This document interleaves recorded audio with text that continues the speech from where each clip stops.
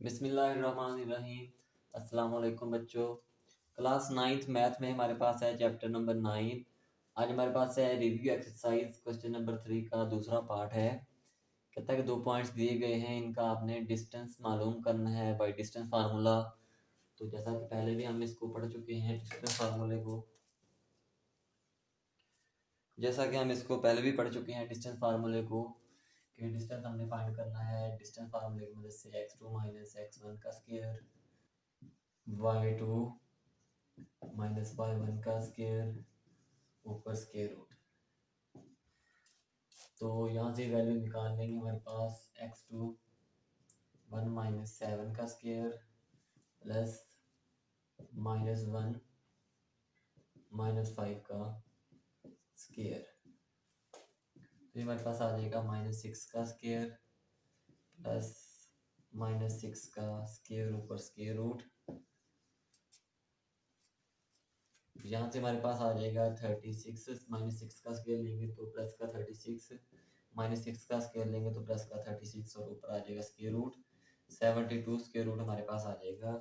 अब हमने क्या करना है, इसको सिंपलेस्ट फॉर्म के अंदर लेके आना है। तो सबसे पहले हम इसकी फैक्टराइजेशन कर लेंगे इस तरीके से 2 3 6 2 6 12, फिर 2 पे 18 2 6 36, फिर 2 पे 9, फिर 3 पे और ये ऐसे। अब हमने इसके क्या करने हैं, जोड़े बना लेने हैं। इसके बन गए और इसका नहीं बन रहा, 2 का 3 का भी बन गया है। तो 2 का स्क्वायर 2 मल्टीप्लाई बाय 2 का स्क्वायर मल्टीप्लाई बाय 3 का स्क्वायर और ऊपर स्क्वायर रूट आ गया। तो ये स्क्वायर रूट जो है वो इसके साथ कट जाएगा, इसके साथ कट जाएगा। तो ये 2 और 3 बाहर आ जाएंगे। ये अकेला था इसलिए ये स्क्वायर रूट के अंदर ही रह जाएगा। 3 2 6 और स्क्वायर रूट के अंदर आ गया 2। ये हमारे पास आ गया है क्वेश्चन नंबर 3 के पार्ट 2 का डिस्टेंस। नेक्स्ट हमारे पास है क्वेश्चन नंबर 4 का पहला पार्ट है मिड पॉइंट फाइंड करना है और दूसरे पार्ट में मिड पॉइंट फाइंड करना है। तो पहला मैं आपके लिए छोड़ देता हूँ और दूसरा हम करते हैं मिड पॉइंट फाइंड करने के लिए। तो मिड पॉइंट हमारे पास है, इसका नाम कोई भी हम रख लेते हैं ए और बी। तो मिड पॉइंट के लिए हमारे पास है mid point x1 plus x2 divided by 2, y1 plus y2 divided by 2। अब यहाँ से हमारे पास x1 है x2 है minus 5 minus 7 divided by 2, minus 7 minus 5 divided by 2। हमारे पास आ जाएगा minus 12 divided by 2, minus 12 divided by 2। इससे कटेगा तो हमारे पास आ जाएगा माइनस 6 और माइनस 6। ये हमारे पास आ गया है mid point of A and B. तो इसमें हमारे पास x की वैल्यू माइनस आई है और y की वैल्यू भी हमारे पास माइनस आई है। ये हमारे पास आ गया मिड पॉइंट पार्ट 2 का। अब इसी तरह पार्ट 1 का भी मिड पॉइंट जो है वो निकालना है, वो आपका है होमवर्क, ये वाला आपका एच वर्क है, ये आपने खुद करना है।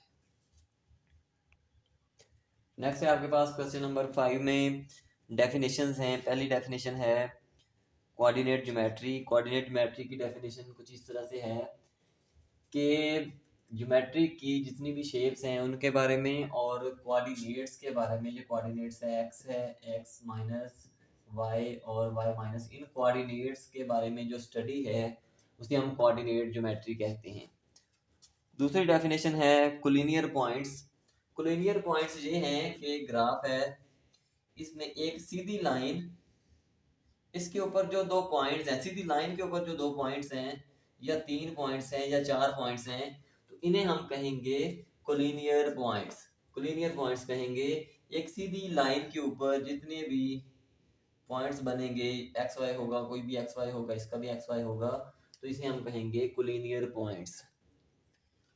तीसरी डेफिनेशन है नॉन कोलिनियर पॉइंट्स। मिसाल के तौर पर जो पॉइंट्स ऐसे नहीं बन रहे, मिसाल के तौर पर एक पॉइंट ये बन रहा है, दूसरा ये और तीसरा ये, तो ये आपस में एक सीधी लाइन के अंदर नहीं है, तो इसे हम कहेंगे कि ये नॉन कोलिनियर पॉइंट्स हैं।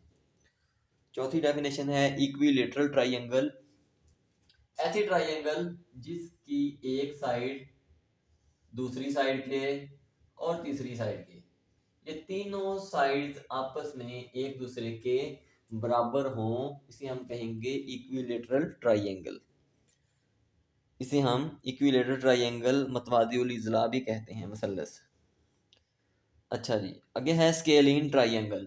स्केलिन ट्राइंगल ऐसी ट्राइंगल जिसकी एक साइड, दूसरी साइड और तीसरी साइड कोई भी आपस में एक दूसरे के साथ ना मिल रही हो, तीनों साइडों का जो डिस्टेंस है, तीनों साइडों की जो लेंथ है वो आपस में एक दूसरे के बराबर ना हो, इसे हम कहते हैं स्केलियन ट्राइंगल। नेक्स्ट है 6 डेफिनेशन है आइसोसेल्स ट्राइंगल। ऐसी ट्राइंगल जिसकी दो साइडें आपस में बराबर हों जबकि तीसरी आपस में बराबर ना हो, इसे हम कहते हैं आइसोसेल ट्राइंगल। इसे हम मतमासलुस साकैन मसलस भी कहते हैं। इसमें सिर्फ दो साइडें आपस में बराबर होती हैं, तीसरी साइड आपस में बराबर नहीं होती। नेक्स्ट है 7th definition right angle triangle. ऐसी मुसल्लस, ऐसी ट्राइंगल जिसके अंदर एंगल जो है हमारे पास 90 का हो, उसे हम कहेंगे राइट एंगल ट्राइंगल। नेक्स्ट है स्क्वायर। तो स्क्वायर हम क्या कहेंगे, स्क्वायर एक ऐसी चौकोर है, चार कोनों वाली बंद शक्ल है जिसकी तमाम साइड्स आपस में एक दूसरे के बराबर हों और इसमें एंगल भी 90 का पाया जाए, एंगल भी 90 का पाया जाए और इसकी तमाम साइड्स भी आपस में एक दूसरे के बराबर हो, इसे हम कहेंगे कि ये एक स्क्वायर या मुरब्बा बन गया है। ये था आपका आज का काम। आपने इसको अच्छे तरीके से तैयार करना है, डेफिनेशंस को अच्छे तरीके से याद करना है और एक आपका होमवर्क सिर्फ और सिर्फ ये वाला मिड पॉइंट फाइंड करना है, ये है। ओके, अल्लाह हाफिज़।